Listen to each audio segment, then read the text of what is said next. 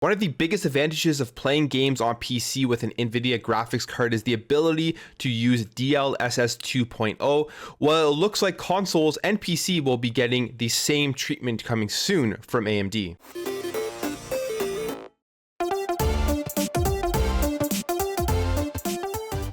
So DLSS 2.0 is a feature that is available on NVIDIA graphics cards, and basically it allows you to output a higher resolution with ray tracing on while keeping a steady frame rate. And it is a great feature that PC gamers with RTX graphics cards have been able to take advantage of. But if you're on the PlayStation 5 or the Xbox Series X and S, there is nothing currently right now that is similar to DLSS. Now, before we get into this any further, if you guys are new here and you enjoy what you see throughout this video, I would really appreciate you hitting that subscribe button to help this channel grow and help grow this community so we can have some great conversations in the comments below. So here are some charts basically when they tested DLSS 2.0 for control, and you can see the average frame rates are better and more steady. And then we scroll down here to Wolfenstein, and it's the same thing here, really showing the power of what DLSS 2.0 can do if you want to play games with ray tracing on at a higher resolution with steadier frame rates. Well, AMD's response to DLSS is going to be FidelityFX Super Resolution, which will be available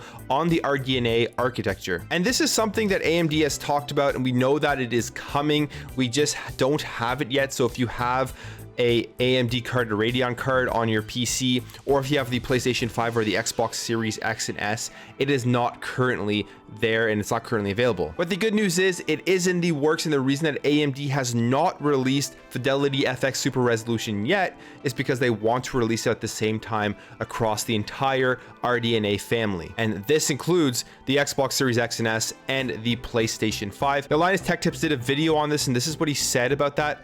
Apparently, rather than rushing FidelityFX Super Resolution out of the door on only one new top-end card, they wanted to be cross-platform in every sense of the word, so they actually want it running on all of their GPUs, including the ones inside consoles, before they pull the trigger.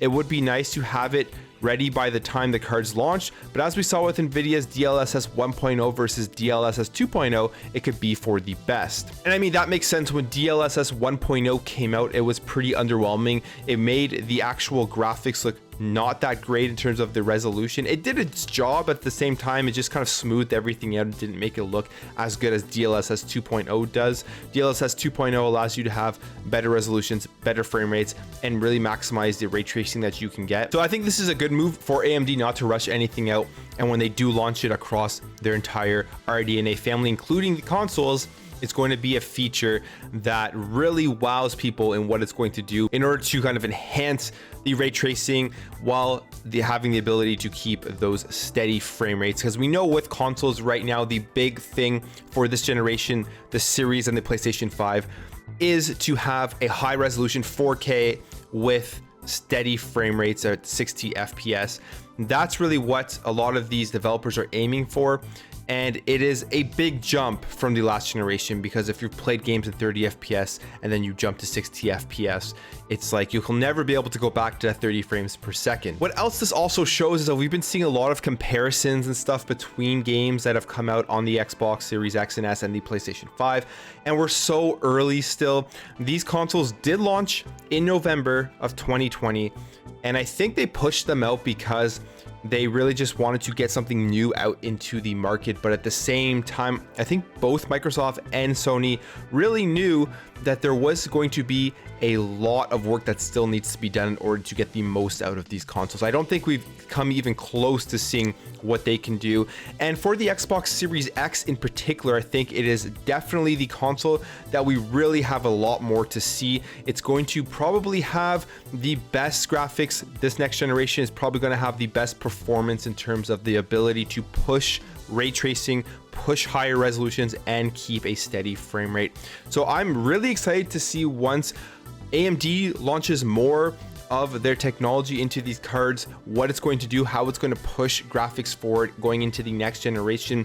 I've said in videos before, I'm thinking it won't be until like 2022 where we'll start to see what these consoles really can do. That's not surprising to think or surprising to say, because that's kind of what it's like for every single generation. We don't really start to see the power of the consoles. We don't really start to see developers really optimizing for the consoles in the best way possible until like a year or two within their life cycle. With that being said, the Series X, S, and the PlayStation 5 are still been great consoles at launch. For me, particularly the Series X and S, I mean, playing so many games on it, so much backwards compatibility games, the way that they enhance older games, it's been great. So I'm not disappointed in the way that they have been performing right now.